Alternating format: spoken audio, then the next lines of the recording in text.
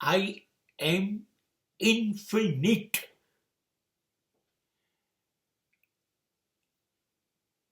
હું અનંત છું, પણ એ મને ખબર નથી. Sky is the limit. કૂદી તો જોવું જોઈએ ને મારે. દરિયા કિનારે ના બેસી રહેવું જોઈએ.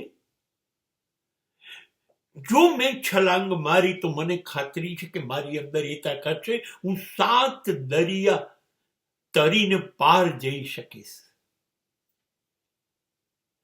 પહેલું ડગલું તો માંડો. એવરેસ્ટ દૂર નથી. નીલ આર્મસ્ટ્રોંગ પહેલું ડગલું માંડે તો પૃથ્વી ઉપરથી દેખાતા ચંદ્ર ઉપર જઈને એ ઊભો હોય. ન્યૂટન પહેલું સફરજન ન ખાય અને સફરજન બાબતમાં વિચારે તો ગુરુત્વાકર્ષણ નો નિયમ આપણા હાથમાં આવે.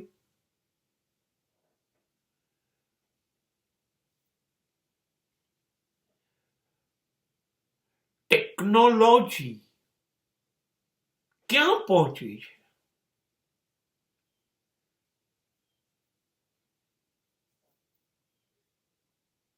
રોબોટ સુધી. મેડિકલ સાયન્સ ક્યાં પહોંચી છે? રોબોટ ઓપરેશન કરે છે, માણસ નહીં. આંખ, કાન, હાથ, પગ, દાંત, નાન, ફેફસા, કિડની, હૃદય, અરે બોલો ને, બજારમાં મળે છે, બદલી નાખીએ. આ મેડિકલ સાયન્સ.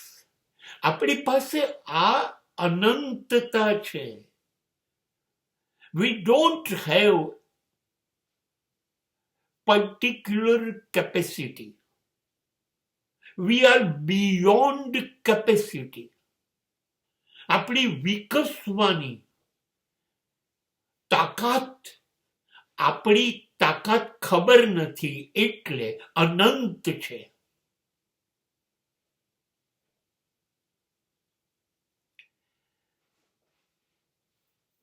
આપણે કંઈ પણ કરી શકીએ, પણ ઝંપલાવવાનું છે, પરિણામની ઈચ્છા વગર.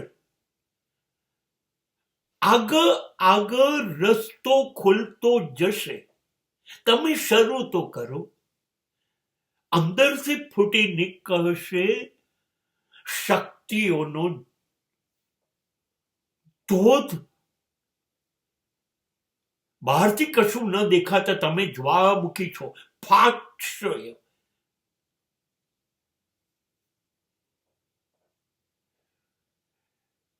તમે વિશ્વનું સર્જન કરી શકો છો, વિશ્વનો વિનાશ પણ તમે જ કરી શકો છો, વિશ્વનું પોષણ પણ તમે કરી શકો છો.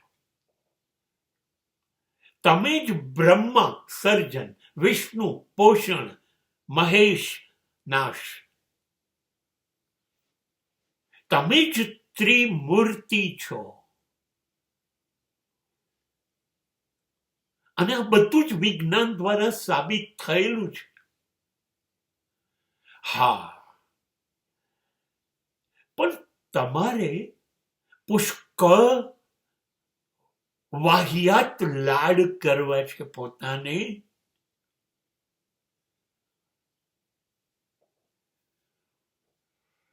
તમારે સોફા અને સિરિયલો માંથી બહાર નથી આવું. તમારે પિઝા, બર્ગર અને પેપ્સી માંથી બહાર નથી આવું. હા, તો પેલી જે કેપેસિટી છે તમારી, એ તમને ખબર નહીં પડે. ઊભા થાઓ, બસ.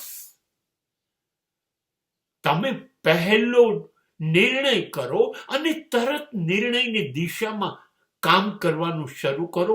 તમે નહીં માનો એટલી કેપેસિટી તમારી છે.